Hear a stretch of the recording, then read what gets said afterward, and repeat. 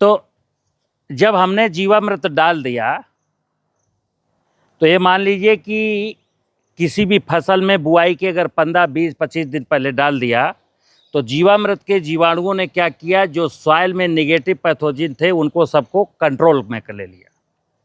तो अब soil born बीमारी तो आनी नहीं है, लेकिन इसके बाद कुछ ना कुछ एयर बोर्न पड़ोसी के यहाँ से उड़ के आएगी बीमारी, ठीक है ना। उसके लिए किसानों के लिए बहुत सरल उपाय है संजीवनी खाद। इसमें क्या करते हैं, अगर किसी किसान के पास 1 एकड़ जमीन है, 1 एकड़ और मिर्च बोया है, टमाटर बोया है, कुछ भी ऐसा, तो क्या करेगा, 1 एकड़ के लिए 1 यूनिट संजीवनी बनाने का विधि बता रहा हूं। उसको लेना है 30 किलो गोबर। क्या ये गोबर है, ये गोबर मेरे हाथ में 15 किलो है। ऐसा 30 किलो ताजा गोबर और इस ड्रम में डाल देना है। अब ये मैं आपको प्रैक्टिकल करके इसलिए नहीं दिखा रहा हूं क्योंकि ये ड्रम हो गया जीवामृत का, लेकिन आप मान लीजिए कि 30 किलो गोबर इस ड्रम में डाल दिया। फिर क्या करेंगे, 30 किलो ये नीम की पत्तियां ऐसे से करेंगे 30 किलो, और इनको ऐसे से मसल करके इस ड्रम में डाल देंगे। फिर क्या करेंगे, 3 किलो गुड़, 30 किलो गोबर ताजा, 30 किलो नीम की पत्तियां और 3 किलो गुड़, कितना हो गया, 63 लीटर। अब इसमें 63 लीटर या 63 लीटर से ज्यादा पानी भर देंगे।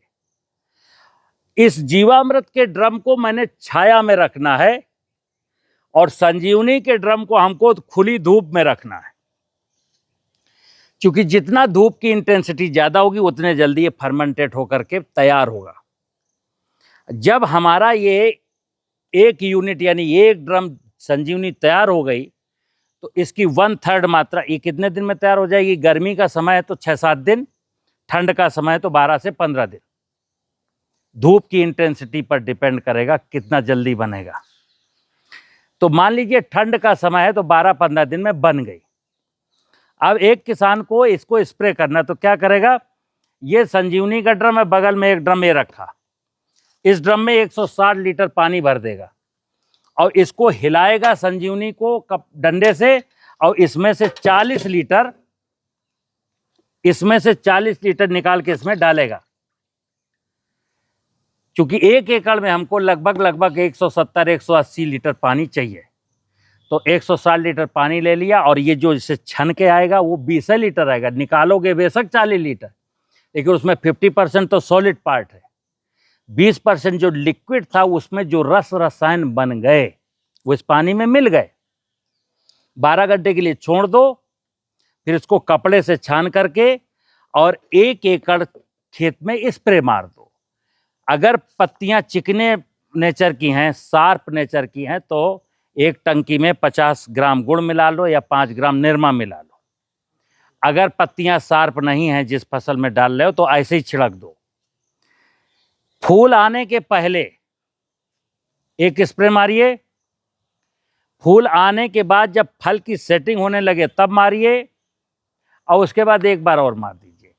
अगर कोई कीड़ा बीमारी नहीं भी आता तो 3 बार मारेंगे। तो इस काम क्या क्या करता है, जैसे आप लोगों ने देखा होगा बाजार में जो पेस्टिसाइड बेचने वाले, उनके यहाँ ढेर सारे मटेरियल हैं, ये जाइम है, ये एसिड है, ये एंजाइम है, ये ग्रोथ प्रमोट, निरे बिकते हैं, और किसान बेचारा खरीदता है। ये 800 का है, ये 1200 का है, ये ऐसा है वैसा है, इससे फल ज़्यादा आएंगे, फ्रूट सेटिंग ज़्यादा होगी।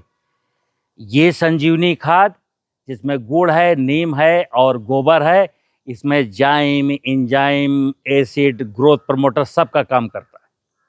3 स्प्रे मारिए और फसल की रंगत देखिए, और जो फल आएगा उसकी कीपिंग क्वालिटी देखिए।